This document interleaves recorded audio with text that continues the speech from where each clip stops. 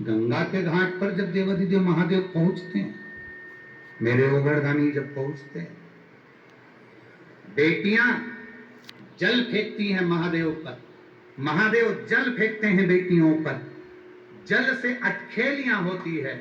ये प्रसंग श्री गणेश जी महाराज ने मां पार्वती से जाकर कह दिया, मां मां मां। पार्वती जी ने पूछा, क्या बात है गणेश, क्या हो गया? गणेश जी बोले, मां पिताजी रोज ना जाने कहां चले जाते हैं, दिखते नहीं, आपको मालूम है? नहीं। मां गंगा के घाट पर पिताजी जाते हैं और 5 कोई स्त्रियां हैं, 5 कोई स्त्रियां हैं, 5 कोई कन्या हैं जो पिताजी पर जल की वृष्टि करती हैं, जल फेंकती।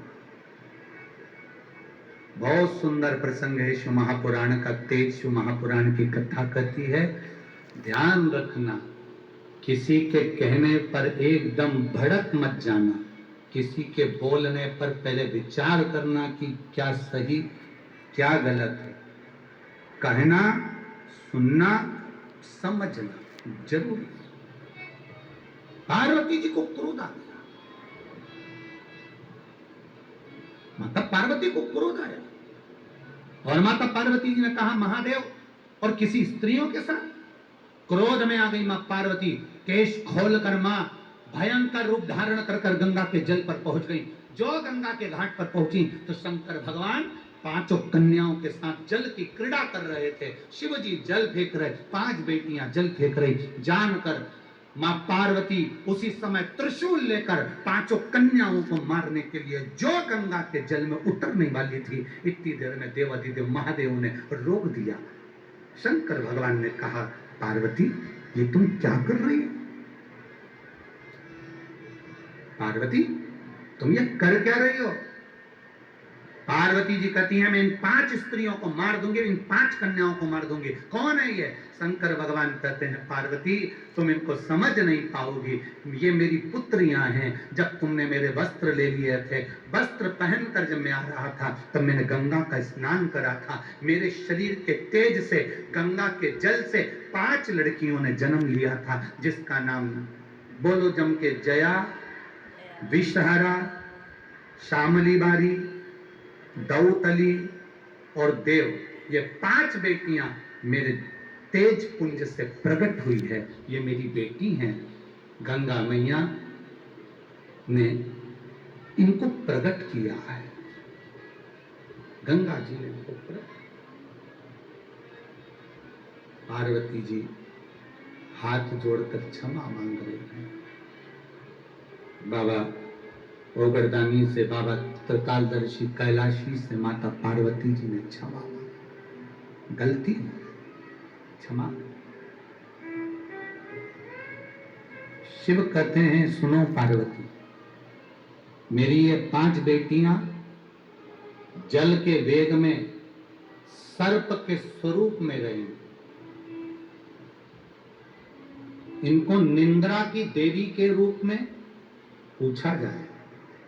हमने आपको पहले भी कथाओं में कहा, नींद की गोली खा रहे हो तो उसको छोड़ दो, प्रैक्टिकल करके देखना, कम से कम 5 दिन 10 दिन प्रैक्टिकल करिए।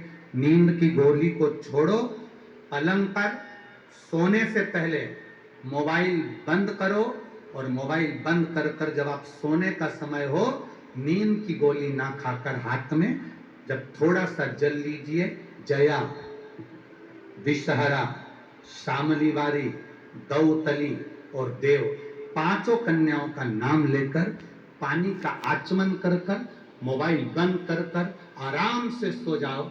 सवेरे आराम से आपकी नींद खुलेगी, रात्रि में आपकी नींद नहीं खुल सकती। ये शिव की बेटियां निंद्रा के रूप में भी पूजा जाती। गोली खाना जरूरी नहीं कि आप गोली खाएं नींद की गोलियां नहीं खाना चाहिए ज्यादा, शरीर को बेकार करती है। तो नींद की गोली ना खाकर शंकर भगवान की पांचों बेटियों का नाम एक बार वापिस बोलिए। सब जितने बैठे हो रोड पर, जितने बैठे हैं, जितने बाहर बैठे हैं, जितने पंडालों में, पांचों पंडालों में बैठे हैं, जो गाड़ियों पर चढ़कर बैठे हैं, यहाँ वहां जितने बैठे हैं, सब शंकर भगवान की पांच बेटियों का नाम अच्छे से याद करो। पहली जया, सब बोलो जया। विषहरा, श्यामली बारी, दौतली, देव, ये पांच शिव जी की बेटियां हैं जिनका नाम लेकर आचमन कर कर सोने पर नींद आती है। प्रेम वश, आनंद वश गोलियां नहीं खाना पड़े। यही पांच बेटियां आज भी सनातन धर्म में नाग पंचमी के दिन पार्वती जी ने वर दिया है इन बेटियों को कि ये सर्प की आकृति में प्रत्येक सनातन धर्म के दरवाजे पर नाग पंचमी के दिन पूजाएगा।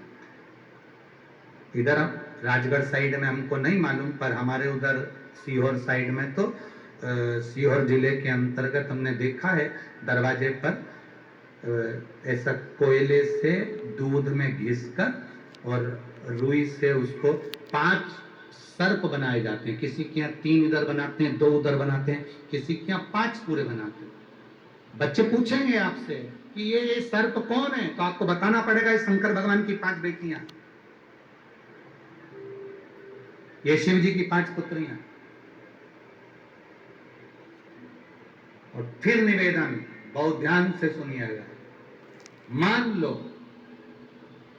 कभी आपको ऐसा लग रहा है कि डॉक्टर बोल रहा है कि घुटने बदलना पड़ेंगे, या तुम्हारी रीढ़ की हड्डी में कोई गैप आ गया है, या सोने के बाद जब उठते हो तो पीठ में या कमर में दर्द रहता है, तो उसके लिए ये जो बेलपत्री का पीछे की जो डांट होती है उसको गुठ कहते हैं, आप लोग तोड़ के फेंक देते हैं, ध्यान है।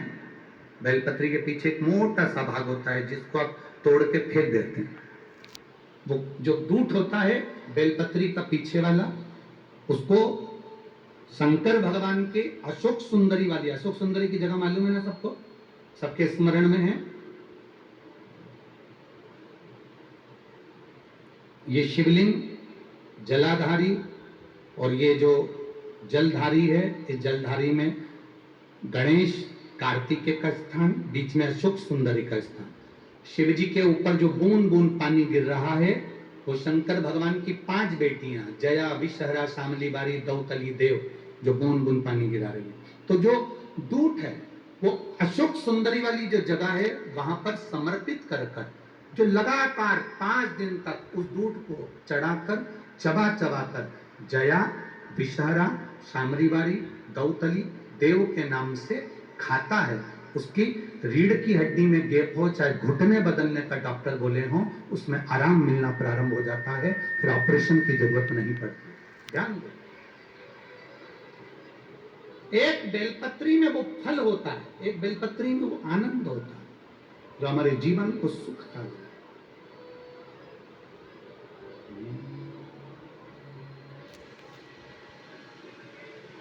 इसीलिए कहा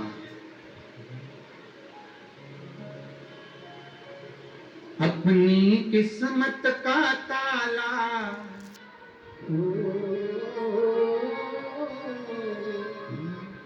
अपनी किस्मत का ताला तुम खोलते चलो, श्री शिवाय नमस्तुभ्यं तुम बोलते चलो, श्री शिवाय नमस्तुभ्यं तुम बोलते चलो। अपनी किस्मत का ताला हो, अपनी किस्मत का ताला हो, अपनी किस्मत का ताला तुम खोलते चलो, श्री शिवाय नमस्तुभ्यं तुम बोलते चलो, श्री शिवाय नमस्तुभ्यं तुम बोलते चलो, श्री शिवाय नमस्तुभ्यं तुम बोलते चलो, श्री शिवाय नमस्तुभ्यं तुम बोलते चलो। आओ